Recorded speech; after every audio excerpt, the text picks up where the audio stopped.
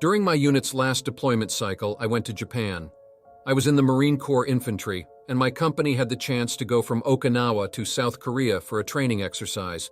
It lasted roughly a month. Upon returning to Camp Schwab on Okinawa, our packed-out supplies were shipped back in 2 shipping containers called Con-X boxes. Until the boxes could be unloaded and inventoried, an armed guard had to be posted to make sure nobody tampered with our gear. Things such as blank ammunition and snowshoes were kept in the boxes, and it wasn't cheap. The watch always had to be 2 guys from the same platoon together, just in case anything happened and there was an emergency. However, they only gave us 1 rifle with 1 magazine of live ammunition. I got assigned one of the worst shifts, 1 a.m. through 3 a.m., but I didn't really care because we had the next day off due to a holiday, and I was buddied up with a good friend of mine. His name was Long, and we had frequently hung out together. To get to this motor pole, we had to start walking 15 minutes early to show up 15 minutes prior. All the vets reading this will know what I mean. Anyway, we were completely lost, and we made a wrong turn going out the side of the base zone and into the training area. We walked about 120 meters up this giant hill that eventually goes to a shooting range, and we found a lit cigarette on the road, still smoldering. Nobody was even supposed to be out there, in the training area, so we quickly connected our path and re-entered the base. We felt creeped out that someone was out there in the dark, alone, smoking. We eventually ended up finding the motor pool. When we arrived, Long and I were shocked to see the military hadn't screwed us over for once. We saw the Marines that we were relieving hanging out of the doors of a JLTV left for us to sit in. A JLTV is basically an armored-up replacement for a Humvee. However, our replacements' faces were pale. One Lance Corporal stared blankly for a minute and said, "What the hell, man?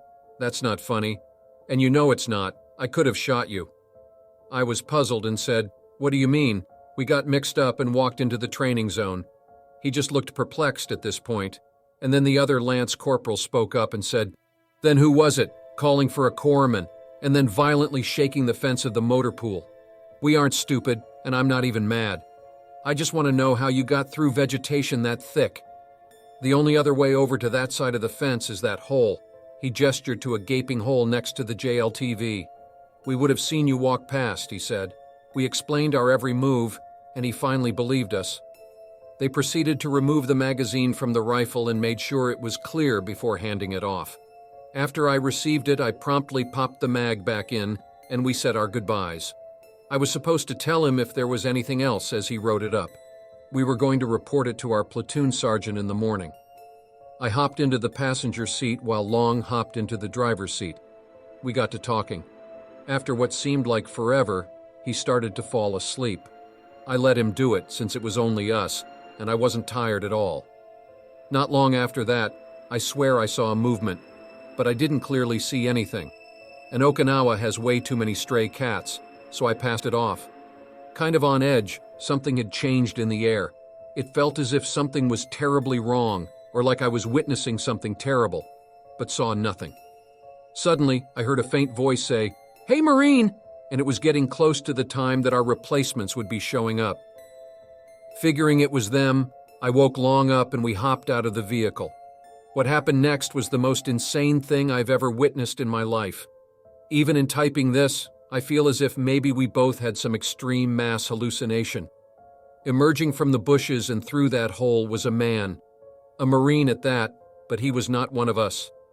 He had no weapon, but he held an old helmet in a bandaged hand that looked like maybe it was missing a few fingers. There was blood on his face and all over his uniform. Not the uniform we were wearing, but an old one from the World Wars. His pants were absolutely shredded, and he was cut to heck. He looked like he had just full-fledged pushed through hell itself. At this point, we were both just awestruck.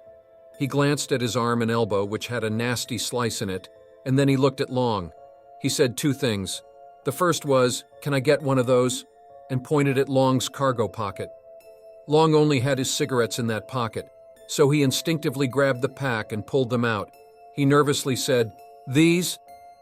The man just nodded, so Long pulled out a cigarette and handed it to him. The mysterious bloody figure standing over us just lit his cigarette and kind of grunted a thanks. He turned away, limping through the hole back into the jungle. We heard him pushing through the bushes, getting farther until it faded to nothing. As soon as our replacements arrived, we told them everything, and they laughed in our faces. We agreed that we must have made it up in our heads, but when we woke up the next morning and went down to the chow hall together, Long was just nervously staring at me. I broke the ice and asked him what was wrong. He said, "That pack of cigarettes last night was brand new. I woke up this morning and only one cigarette was gone. It's the one I pulled out when you know what happened. It actually happened. The cigarette is gone. This has been a few years now and I've only told a few people. Most just claim it's fake, but I have a nephew now who just got back from Okinawa, and completely unknown to him, this happened to me. He came to me and said, 'You're never going to believe what happened to my friend that had to work as a gate guard.' I said, 'Let me guess. A Marine from World War II needed a smoke before going back to work, right?' His jaw dropped and he said, 'How do you know?' I just shrugged and said, 'Lucky guess.' After doing more research years later, I found out that there are multiple reports of this happening, and even some guys I served with later down the road ended up experiencing a mysterious man. I'm not a huge believer in the paranormal, and I never have been, but I have no logical explanation for who that man was. I can only hope that for as long as he has to continue his spiritual battle in Okinawa's jungles, his fellow brothers are willing to let him take a second to cool down and get a smoke break. That's what family does. I hope he is successful on whatever his mission is, so eventually one day he'll be able to rest for good." In June of 2010, I got a job working in nuclear security. I loved it. I made good money. I was contract security. Most of the people were great and fun to work with. In September of 2012, I found out I was pregnant. This is important later. The security company I worked for hired several new guards in 2012. One of them I'll call Henry. Henry was a rather small, thin guy in his mid-40s, and he seemed nice at first. That is until I left the day shift to work nights. We would work from 5:30 p.m. until 6 a.m. Everything seemed fine at first, no problems. As the nights went on, Henry would start smarting off to me for no reason. Basically, he started acting like a jerk. I have no idea why this man was being so mean. I'm a Christian, and decided to kill him with kindness. I had found that he and his wife were getting divorced, and he was having a hard time with it. I felt bad for him because I had 2 divorces in my 3 marriages. I really thought he was having a hard time and taking it out on me. At this job, if they were short on people, they would force overtime on him. This night, Henry was forced to work on the weekend on a different crew. I felt bad for him having to work on the weekend because he was supposed to visit with his kids. I called and took his shift so that he could see his kids.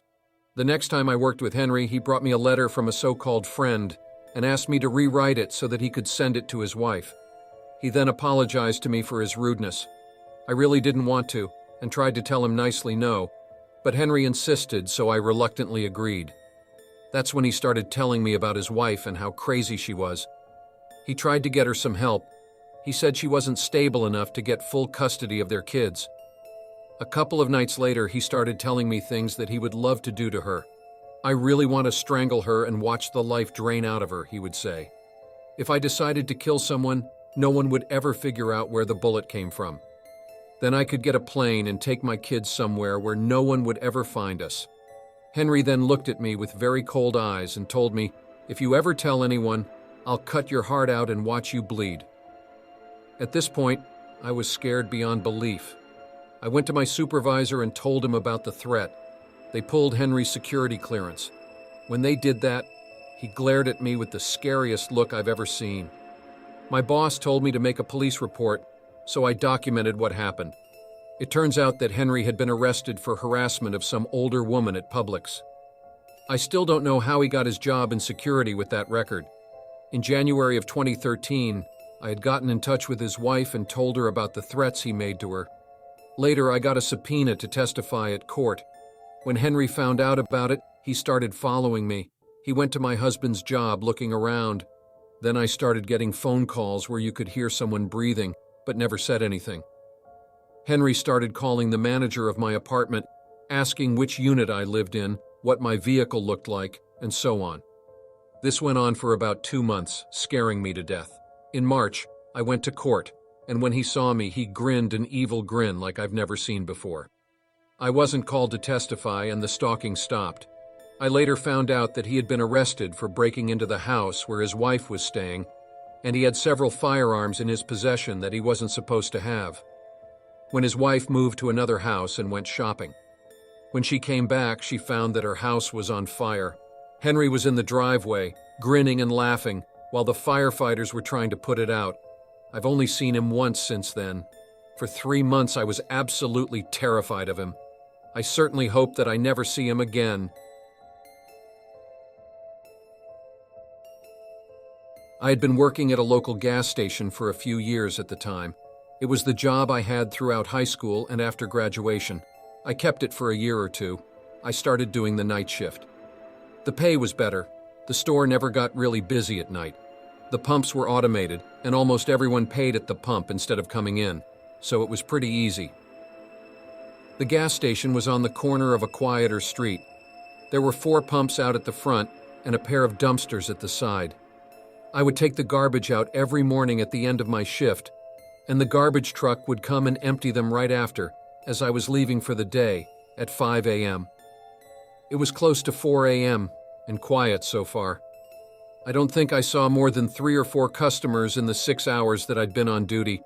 I stood behind the counter staring at my phone. I used this time to do some reading and browse social media. The empty store was silent apart from a dull hum from the fluorescent lights that hung overhead. I looked up from the screen of my iPhone when a car pulled into the parking lot. It was an older Pontiac with some noticeable dents and a green paint job with several rust spots. One strange thing was that the headlights were out. It was very dark, and driving around without headlights was downright dangerous at this time. It didn't go to one of the pumps, and I couldn't see where it parked. Thinking it was just somebody turning around, I went back to my phone. Not more than a few minutes later, I heard a loud crash from the side of the building where the dumpsters are. It sounded like someone had opened the lid and slammed it against the side of the building. Whoever was in that car must be throwing something out, I thought. People do that from time to time. It's not allowed, so I usually go out there and tell them that they can't use the dumpsters. I walked out from behind the counter and out the front door. As I made my way closer, a chill ran down my spine. Something felt wrong. Although I wasn't sure what it was, I decided to proceed with caution. I nervously peeked around the corner and saw the car parked in front of the garbage area. A dark figure stood next to the car, but I couldn't make out anything about him. It was too dark. I stood there for several seconds watching, but I couldn't tell what he was doing, although I know he must have been throwing something away. There was just something about this guy that gave me the creeps. I can't explain exactly what it was about him, but for some reason, I decided not to make myself known. I quietly crept back into the store and went back to my post behind the counter. A feeling of relief struck me when I saw the car drive out past the pumps. There was not another customer for the rest of my shift, which was only about another hour. Like I said, I take the garbage out every morning before I finish, so I gathered the few scraps of trash that were in each of the garbage bins throughout the store and packed them into a single large black garbage bag.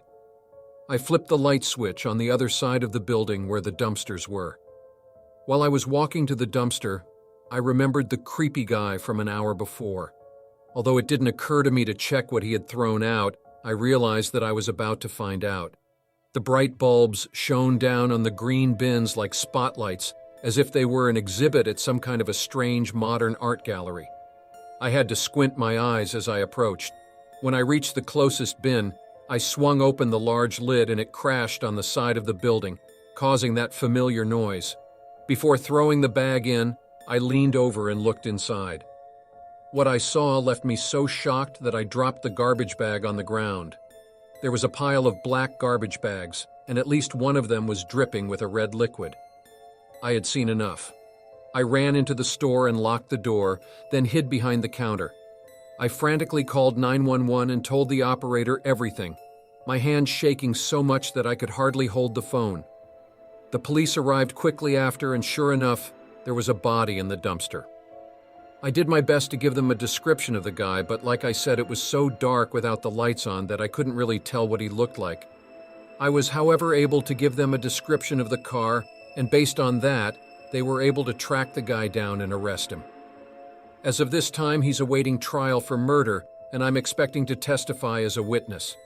I've seen some strange things while working the night shift, but this is by far the scariest. Although terrifying, I continue to do the night shift for several more months. I've never experienced anything like this since, and I hope I never do again. I began working at a gas station during my last year of high school. It was my first job because work was hard to find in my area. Many of my friends were still not able to find work even after we graduated, so I was pretty happy to have the job, even though the pay was low. One catch was that I had to work the late shift, not overnight. But I started at 5 p.m. and went until midnight usually. After that, my boss's son Andre would take over. He didn't mind the overnight shift because he would stay up all night gaming anyway. I'd been working there for a few months and nothing much happened. It was a boring job, but it was also easy. They would give me some basic cleaning work to do, and then I would have to stock some shelves. That would never take me long, though, so I would end up reading books on my phone for at least a few hours every shift. There was a back area at the store where I could hide out. If the door opened, then I would go out and help the customer. Otherwise, I wouldn't have to stand behind the counter the whole time. There was also a feed from the security cameras back there, so I could keep an eye on the store. One night at around 11 p.m., I was sitting in the back reading a book on my phone. It was a quiet night so far, but then I heard the door open. I looked up at the security screen and saw a man walk in. No problem, I thought. I put my phone in my pocket and walked out into the store area. I immediately noticed that the man didn't have a car. He came on foot. That was kind of strange, but not that unheard of. The guy was around 25, with blue athletic shorts and a dirty t-shirt that was at least 2 sizes too big. He had a patchy blonde beard and shaggy blonde hair. He just walked around aimlessly in the store for 20 minutes, and then he left. Neither of us said a word to the other during that time. Later that night, Andre came in to take over. I told him about that guy and mentioned how creeped out I was. Andre told me that he knew the guy from high school and said that his name was Craig. He also told me that the guy got pretty heavily into drugs, so Andre didn't talk to him anymore. He'd had to ask the guy to leave a few times before, but didn't have any problems with him beyond that. Andre was not able to explain why he came to the store all the time because he never tried to steal anything before. He would just come in and walk around. On my next shift, the same thing happened. At around 11 p.m., that same guy, Craig, came in and walked around for about 20 minutes or half an hour. Then he left without saying a word. It was creepy as hell, and I wanted him to leave. I thought that if I kicked him out, though, he might get angry and try something, so I never did anything. When I traded off with Andre, I told him about Craig again. He didn't have any answers for me. He said I should just ignore it because the guy was probably harmless. On my next shift, however, it was around 11, and I was expecting a visit from Craig as usual. I was stocking some shelves when the door opened. This time, 2 guys walked into the store. They were both wearing full masks, covering their faces. But I was pretty sure one of them was Craig. The other guy was bigger, at least 6'2" and huge. He wore a black jacket and black pants. As soon as I laid eyes on these guys, I knew I was in trouble. I should mention that it was before lockdowns, so masks were not normal at all. They didn't waste any time. Both men walked over to me. The larger one pulled out a gun. If I was behind the counter, then I would have been able to trip the alarm, but I was steps away. They forced me to the register and made me give them all the money, which I would estimate was less than $300. The big guy then demanded my phone. As soon as I gave it to him, he smashed it on the floor right in front of me. After that, they looted the store for a few minutes and then left. As soon as they did, I hit the alarm and waited for the police. They were there in minutes. I told them that I knew one of the robbers. Andre came in and gave them a full description of Craig, including his last name. He was arrested that night, and I heard he gave up his accomplice in minutes. Both of them did time in jail for what they did to me. The most messed up thing is that they got out, and I still see Craig around town. One time he even tried to talk to me as if we were friends. I told that guy to stay away, and I hope I never see him again.